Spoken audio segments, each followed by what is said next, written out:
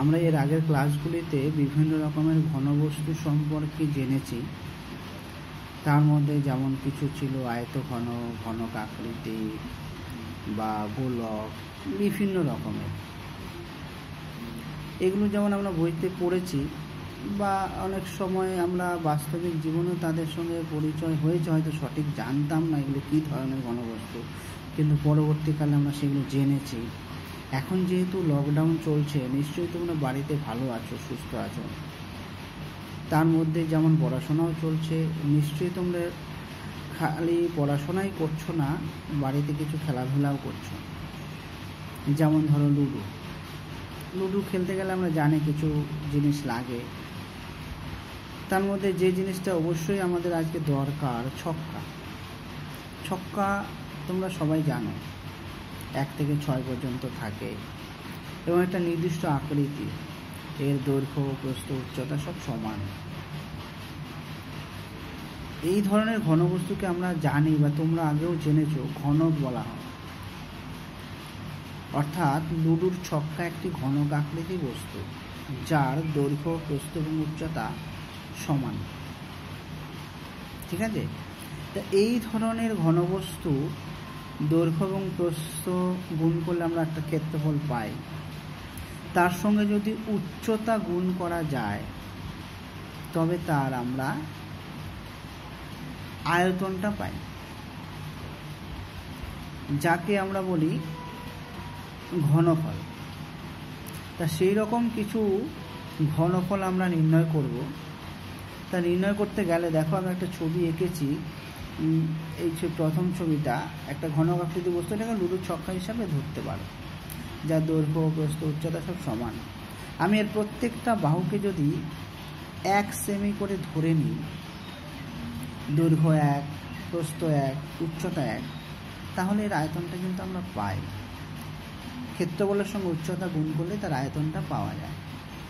অর্থাৎ যদি দৈর্ঘ্য, প্রস্থ 1 হয়, এমন একটা ঘনবস্তুকে আমরা ঘনক যেমন বলি, তার আয়তনটাও আমরা খুব সহজেই বের করতে পারি দৈর্ঘ্য, প্রস্থ এবং উচ্চতা গুণ করে।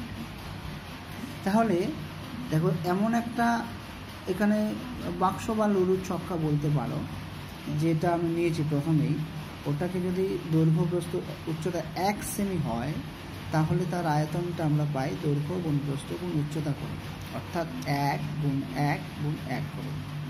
সেক্ষেত্রে আমি বক্স একটাই পাচ্ছি। কিন্তু এমন একটা আমি বাক্স তৈরি করলাম যার দৈর্ঘ্য হচ্ছে 2 সেন্টিমিটার। দেখো পরের ছবিটা, 2 সেন্টিমিটার, এইটা 1 সেমি, এইটা 1 সেমি। তাহলে দেখো, পুরো ঘনক আকৃতি বস্তু তৈরি করতে গেলে আমার কটা বাক্স লাগছে? 1টা, 2টো, 3টে, 4টে, একই রকমভাবে 5টা, 6টা, 7টা, 8টা। অর্থাৎ 2 সেমি বাহু বিশিষ্টও যদি একটা ঘনক আকৃতি তৈরি করতে যাই, এরকম 8টা বক্স আমার লাগছে। কটা বক্স লাগছে? 8টা। অর্থাৎ যদি কোনো ঘনকের দৈর্ঘ্য 2 সেমি হয়, তবে তার আয়তন হবে কত? 8। বোঝা গেছে? কেন? কারণ 2, এইদিকে 2টো, এইদিকে 2, আবার এই দিকটাও 2, অর্থাৎ দৈর্ঘ্য গুণ প্রস্থ গুণ উচ্চতা, 2 গুণ 2 গুণ 2। এইভাবে আমি একটা ঘনক আকৃতি বস্তুর আয়তন পেতে পারি। অর্থাৎ যদি আমি বক্স দিয়ে চিন্তা করি, বক্স দিয়ে চিন্তা করলে 2 সেন্টিমিটার বাহু বিশিষ্ট একটা ঘনক তৈরি করতে গেলে 8টা বক্স দরকার। 1 সেন্টিমিটার দৈর্ঘ্য বিশিষ্ট বক্স তৈরি করতে গেলে যেমন একটা বক্স দরকার, তেমনই 2 সেন্টিমিটার বক্স বিশিষ্ট দৈর্ঘ্য বিশিষ্ট একটা বক্স তৈরি করতে গেলে, অর্থাৎ ঘনক আকৃতির বক্স তৈরি করতে গেলে আমার 8টা বক্স দরকার। আবার যদি আমি দৈর্ঘ্য 3 সেমি নিই, অর্থাৎ 3টে করে লুডো ছক্কা সাজিয়ে সেটাকে ঘনক আকৃতি বস্তু তৈরি করতে যাই, তাহলে আমরা দেখব সেখানে আমাদের 27টা বক্স লাগছে। তোমরা ওটা বাড়িতে ছবি করে দেখতে পারো বা কোনো ঘনক আকৃতি বস্তু দিয়ে সাজিয়ে সাজিয়ে করতেও পারো। 3টে করে যদি লুডো ছক্কা সাজিয়ে সাজিয়ে করি, তাহলে একটা ঘনক আকৃতি বস্তু তৈরি করতে গেলে আমার 27টা বক্স দরকার। আমি একটা চিত্র এঁকেছি পাশের ছবিতে, কালারিং করে নিই। এখানে একটা ঘনক আকৃতি বস্তু তৈরি করেছি। দেখো আমার এইদিকে একটা, দুটো, তিনটে বক্স, চারটে, পাঁচটা, ছটা, সাতটা, আটটা, নটা। এটা একটা রোতে আছে। এরকম কটা আছে? একটা, দুটো, তিনটে। তাহলে তিনটেতে প্রত্যেকটাতে 9টা করে আছে। কটা লাগছে? 3 × 9 = 27। অর্থাৎ এক্ষেত্রে আমি 3টে এইদিকে পাচ্ছি দৈর্ঘ্য বরাবর, 3টে প্রস্থ বরাবর, 3টে উচ্চতা বরাবর। অর্থাৎ কতগুলো? 27টা বক্স পাচ্ছি। অর্থাৎ বরাবর বলতে আমি এটাই বোঝাতে চাইছি 3 সেমি দৈর্ঘ্য বরাবর, 3 সেমি প্রস্থ বরাবর, 3 সেমি উচ্চতা বরাবর 3 সেমি বিশিষ্ট বক্সগুলো আছে। অর্থাৎ মোট 27 সেন্টিমিটার, ঘন সেন্টিমিটার হয় তখন তার আয়তন। অর্থাৎ এক একটা ঘন সেন্টিমিটার যদি একটা বক্সের আয়তন হয় তাহলে 27টা আমার বক্স লাগছে। এক একটা বক্সের আয়তন যদি 1 ঘন সেমি হয়, 1 ঘন সেমি হয় একটা বক্স, একটি বক্স, তাহলে আমার 27টার জন্য 27টি বাক্সের জন্য 27টি 27 ঘন সেমি বক্সের জন্য 27 ঘন সেমি পাই। অর্থাৎ তখন 3 ঘন সেমি বিশিষ্ট দৈর্ঘ্যের আয়তন হবে 27 ঘন সেমি। 3 ঘন সেমি বিশিষ্ট দৈর্ঘ্যের আয়তন হবে কত? 27 ঘন সেমি। বোঝা গেল? এইটাই আমাদের ঘনফল বলি আমরা, এটাকে আমরা ঘনফল বলি। অর্থাৎ একই জিনিস, একই মাপের জিনিস 3 বার গুণ করতে হবে। অর্থাৎ 3, এখানে একটা দৈর্ঘ্য, 3 একটা প্রস্থ, 3 একটা উচ্চতা। অর্থাৎ 3 × 3 × 3, অর্থাৎ দৈর্ঘ্য গুণ প্রস্থ গুণ উচ্চতা। অর্থাৎ 3টে একই জিনিস। কেন একই জিনিস? কারণ ঘনকাকৃতি বস্তুর দৈর্ঘ্য এবং প্রস্থ এবং উচ্চতা সব সমান হয়। তাই 3টে একই জিনিস গুণ করে আমরা যে জিনিসটা পাবো সেটাকে বলা হবে ঘনফল। 3টে একই জিনিস বলতে একই সংখ্যা, একই বীজগাণিতিক, যদি বীজগাণিতিক সমস্যা হয় তাহলে একই বীজগাণিতিক রাশি। একই জিনিস 3 বার গুণ করে যে জিনিসটা পাবো সেটাইকেই বলবো আমরা ঘনফল। তাহলে আজকে আমাদের বিষয় হচ্ছে কি? ঘনফল নির্ণয় করা। তা এরকম তো আমি ছবি তৈরি করলাম, কিন্তু যদি আমি এরকম বক্স 12টা নিই বা 18টা নিই তখন কি হবে? বা 24টা নিই।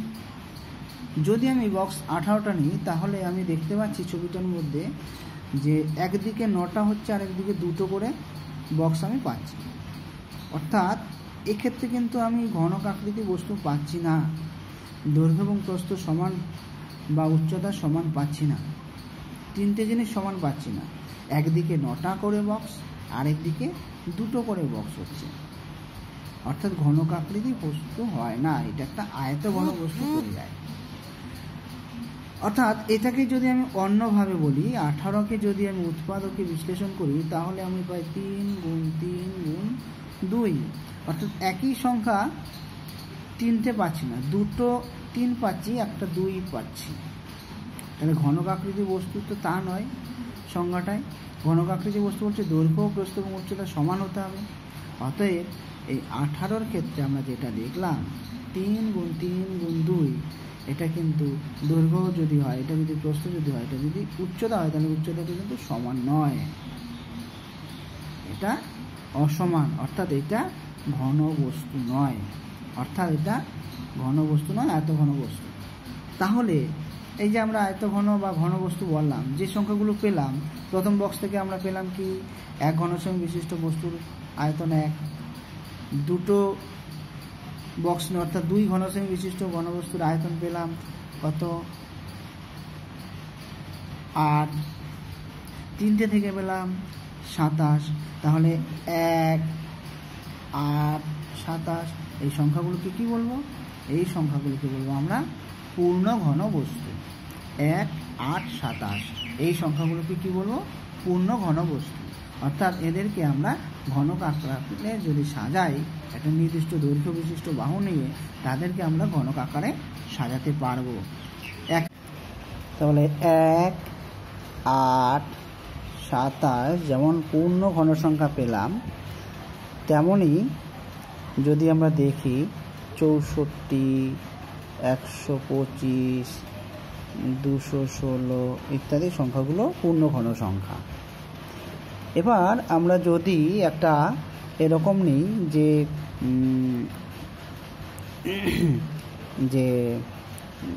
54টি ঘনক আকৃতি বস্তু নিলাম, ছোট ঘনক নিলাম বা ঘনক আকৃতি বস্তু নিলাম, 54টি ঘনক আকৃতি বস্তু নিয়ে একটা ঘনক আকার বড় ঘনক তৈরি করব। তখন কিন্তু আমরা দেখব যে ঘনক আকৃতি বস্তু তৈরি করা যাবে না, তখন কিন্তু ঘনক আকৃতি বস্তু তৈরি করা যাবে না। কারণটা যদি আমরা দেখি যে 54কে যদি উৎপাদকে বিশ্লেষণ করি তাহলে আমরা পাবো 2 × 3 × 3 × 3। এক্ষেত্রে কিন্তু আমরা 3কে ঘনক আকৃতি 3কে কিউব আকারে প্রকাশ করতে পারছি, ঘন আকারে প্রকাশ করতে পারছি, কিন্তু সঙ্গে একটা 2 অতিরিক্ত রয়ে গেছে। তখন এটাকে আমরা কিন্তু পূর্ণ ঘন সংখ্যা বলতে পারবো না, এটাকে পূর্ণ ঘন সংখ্যা বলতে পারবো না। ঠিক আছে? যদি এখান থেকে অর্থাৎ 54কে আমরা 2 দিয়ে ভাগ করি, 54কে যদি 2 দিয়ে ভাগ করি তাহলে 54কে 2 দিয়ে ভাগ করি তাহলে কত হয়? 54/2 অর্থাৎ 27 হয়। অর্থাৎ 27কে কিন্তু তখন আমরা জানি পূর্ণ ঘনক আকারে প্রকাশ করা যায়, পূর্ণ ঘন আকারে প্রকাশ করা যায়, কারণ 27 একটি পূর্ণ ঘন সংখ্যা। অর্থাৎ 54কে 2 দিয়ে গুণ করলে বা 54কে 2 দিয়ে ভাগ করলে আমরা একটা পূর্ণ ঘন সংখ্যা পাই। 54 নিজে কিন্তু পূর্ণ ঘন সংখ্যা নয়। তাহলে কি দেখলাম? যে কোনো পূর্ণ ঘন সংখ্যা নয় এমন সংখ্যাকে কিছু সংখ্যা দিয়ে গুণ করলে, আবার এমনও হতে পারে কিছু সংখ্যা দিয়ে ভাগ করলে সেগুলোকে পূর্ণ ঘন সংখ্যায় পরিণত করা যায়। যেমন আমি একটা 32 ধরি, 32 একটা ছোট ঘনক আকৃতি বস্তু 32টা আছে, সেখান থেকে যদি আমি একটা বড় ঘনক আকৃতি বস্তু তৈরি করতে যাই তাহলে আমি যদি এরকম তৈরি করি এবং ঘনক আকারে সাজাই তাহলে দেখব কি এখান থেকে এই রকমের একটা ফিগার পাই উৎপাদকে বিশ্লেষণ করলে। তাহলে দেখো এখানে কিন্তু ঘন আকারে নেই, 32টা ঘন আকারে নেই, কারণ প্রথম 2-এর ঘন আছে কিন্তু দ্বিতীয় ক্ষেত্রে 2টা ঘনের আকারে নেই, স্কোয়ার আছে। সেখানে যদি ঘন আনতে যাই আমার আরেকটা 2 অতিরিক্ত দরকার, আরেকটা 2 যদি অতিরিক্ত আনতে পারি তাহলে কিন্তু আমি 2-এর কিউব করতে পারবো, অর্থাৎ ঘনের আকারে আনতে পারবো, ঘনক আকৃতি তৈরি করতে পারবো। সেক্ষেত্রে আমরা 2 দিয়ে গুণ করব, অর্থাৎ 2 দিয়ে 32কে যদি 2 দিয়ে গুণ করি তাহলে আমরা ঘনবস্তু পাবো, অর্থাৎ 64 একটা পূর্ণ ঘন বস্তু সংখ্যা, অর্থাৎ 64 একটা পূর্ণ ঘন সংখ্যা, কিন্তু 32 নয়। 32 একটা পূর্ণ ঘন সংখ্যা নয়, 64 পূর্ণ ঘন সংখ্যা। 32-এর সঙ্গে 2 গুণ করলে, অর্থাৎ কিছু সংখ্যার সঙ্গে গুণ কিছু সংখ্যার সঙ্গে ভাগ করলে, কোনো উৎপাদক দিয়ে গুণ বা কোনো উৎপাদক দিয়ে ভাগ করলে কোনো সংখ্যাকে পূর্ণ ঘন সংখ্যায় পরিণত করা যায়। তাহলে আমরা এই সংক্রান্ত কিছু উদাহরণ দেখি যেগুলো পূর্ণ ঘন সংখ্যা কি সংখ্যা নয় আগে যাচাই করব। সেগুলো আমরা বিভিন্নভাবে করতে পারি, সাধারণত আমরা উৎপাদকে বিশ্লেষণ করেই করব। আর এইগুলো করে তোমরা একটা জিনিস তৈরি করতে পারো, হিসেবটা 1 থেকে 15 বা 1 থেকে 20 পর্যন্ত সংখ্যাগুলির ঘন কত হয়, ঘন সংখ্যা কত, সেগুলো মোটামুটি একটা প্র্যাকটিস বা করার মাধ্যমে আয়ত্ত করতে পারলে সবসময় ভালো হয়, কারণ পরবর্তীকালে কাজে লাগে এগুলো। আচ্ছা, যদি আমরা দেখি 125, এইটা পূর্ণ ঘন সংখ্যা কিনা, উৎপাদকের সংখ্যা, উৎপাদকের সাহায্যে বিশ্লেষণ করে দেখি 125কে 5 দিয়ে 25, 5 দিয়ে আবার 5, তার মানে 125কে আমি এরকম করতে পারি 5 × 5 × 5, অর্থাৎ 5-এর কিউব, অর্থাৎ 125 একটা পূর্ণ ঘন সংখ্যা। এবার মনে করো আমি নিলাম 500, 500টা পূর্ণ ঘন সংখ্যা কিনা দেখব। কি করে দেখব? উৎপাদকে বিশ্লেষণ করব। উৎপাদকে বিশ্লেষণ করা যাক। 250, 2 দিয়ে 125, 5 দিয়ে 25, 5 দিয়ে 5।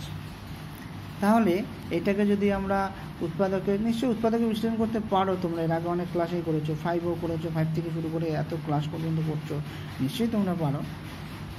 500 সমান সমান উৎপাদকে বিশ্লেষণ করে কি বললাম? 2 গুণ 2 গুণ 5 গুণ 5 গুণ 5। তাহলে এটাকে যদি আমি ঘনক আকারে তৈরি করি, 2 স্কোয়ার গুণ 5 কিউব। এক্ষেত্রে 5 কিউবটা কিন্তু ঘন হলো, 2 কিউবটা ঘন হলো না, 2 কিউব হলো না, হলো কি 2 স্কোয়ার। তাহলে ঘনক আকারে আনতে গেলে হয় তাকে 2 দিয়ে গুণ করতে হবে, হয়তো 2 স্কোয়ার মানে 4, 4 দিয়ে ভাগ করতে হবে, 4 দিয়ে ভাগ, অথবা 2 দিয়ে যদি গুণ করি তাহলে 500কে আমরা পূর্ণ ঘন সংখ্যায় তৈরি করতে পারবো। কিন্তু 500 নিজে পূর্ণ ঘন সংখ্যা নয়, ইহা পূর্ণ ঘন সংখ্যা নয়। ঠিক আছে? এই ধরনের কিছু উদাহরণ বইতে আছে, আমি সেগুলো পরবর্তী ক্লাসে তোমাদের করাবো। নিশ্চয়ই ঘনফল সম্পর্কে বুঝতে পেরেছো। যদিও আমি ক্লাসে এর আগে করিয়েছি, এই সেকশন বা বিসেকশন, দুটো সেকশনে আমি করিয়েছি, যদিও মনে হচ্ছে করিয়েছি। যদি কোনো সমস্যা থাকে তোমরা আবার বলবে, আমি নিশ্চয়ই অঙ্কগুলো করাবো। আপাতত এইটুকুই থাকলো, পরের ক্লাসে পরের উদাহরণ কিছু সলভ করে দেখাবো। ভালো থেকো।